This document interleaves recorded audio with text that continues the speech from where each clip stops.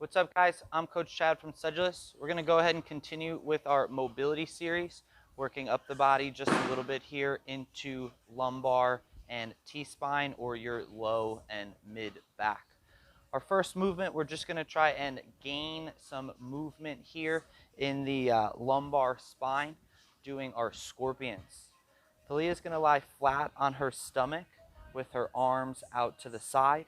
And she's going to take a leg and reach over as far as she can while trying to keep both shoulders nice and flat on the floor. Okay, what we don't want is to see her open up at the torso and achieve that range by opening up the upper body as opposed to trying to get the rotation at the low and mid back.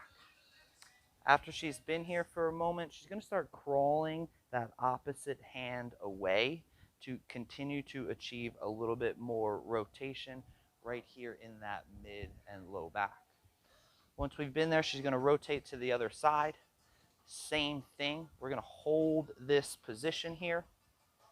Allow that mid and low back to open up as best we can. And then again, start crawling that opposite hand away.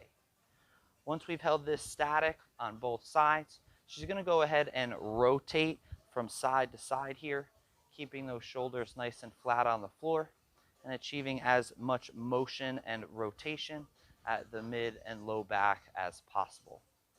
These are our scorpions. Our next mobility movement here, guys, is going to be your prayer stretch. This is very similar to your traditional child's pose that you see in yoga. Thalia is going to take a seat here with her knees just outside shoulder width or just outside hip width. She's going to go ahead and drop her chest to the floor and extend her arms out overhead as far as she can. We call this the prayer stretch here because she's going to cross hand over hand. Does not matter which hand is over top. However, we do suggest rotating them throughout this stretch. We like to sit in this position here for about 5 to 7 breaths, making sure that she's staying nice and flat through mid and low back here. Okay, some things that we see a lot is athletes become very rounded in this position, okay, or they become very extended and overarched in the low back. When they get in this position, they're achieving that mobility through overextending and not where we're looking to in throughout the T-spine. Okay, if you want to get this a little bit more difficult or achieve a little bit deeper range, we'll go ahead and grab a foam roller,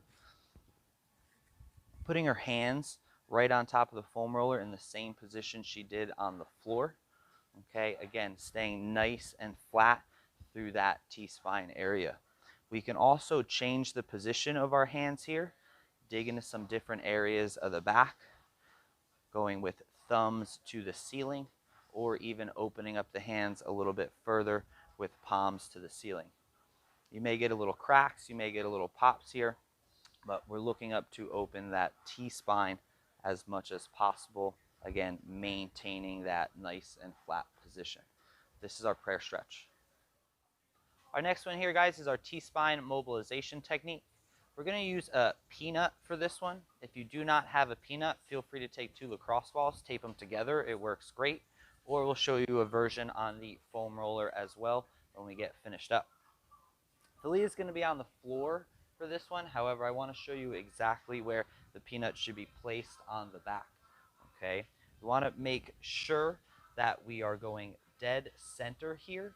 The spine is right between the 2 lacrosse balls. We are not shifted from side to side. We also want to make sure you're not too low getting into the erectors. Again, we're working on T-spine mobilization here.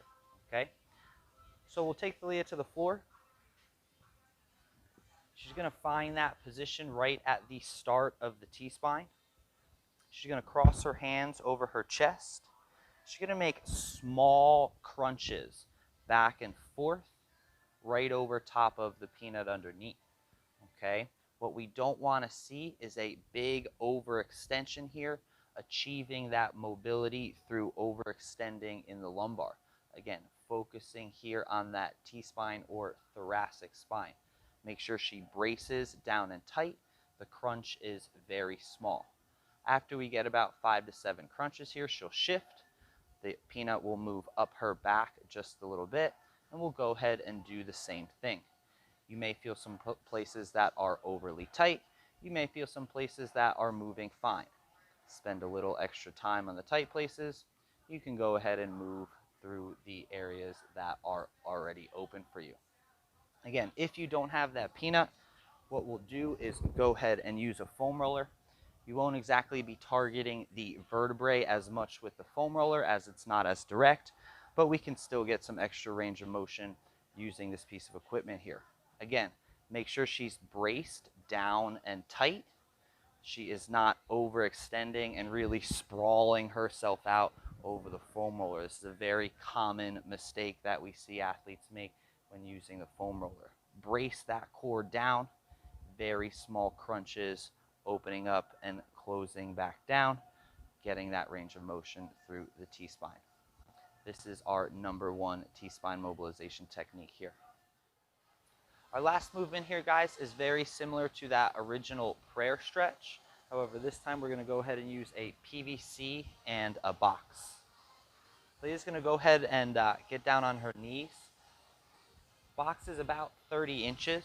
Okay, we don't want it too low. We don't want it too high. Depending on the size of your athlete, find something that's comfortable. All right. She's going to grab the PVC to start with her forearms going straight up or perpendicular to the floor. We want to make sure her butt is tucked underneath, and this mid-back or T-spine area here is actually a little bit rounded this time. From here, she's going to go ahead and push herself down while pulling her body a little bit away from the box. You should feel a great pull through the T-spine as well as a stretch or opening up of the lats. All right, very common mistake we see here is the overarch of the low back and achieving that range of motion by overextending there as opposed to in that T-spine that we are looking for.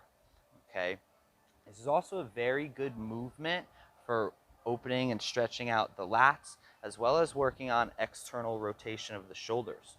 So she'll reset here, bring elbows closer together and hands as far apart as she can. Okay, going through the same exact movement pattern of pulling herself down and back, keeping that butt tucked underneath.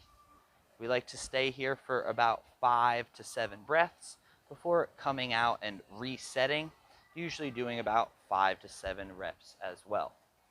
This is the last movement in our lumbar and T-spine mobility series. Thanks.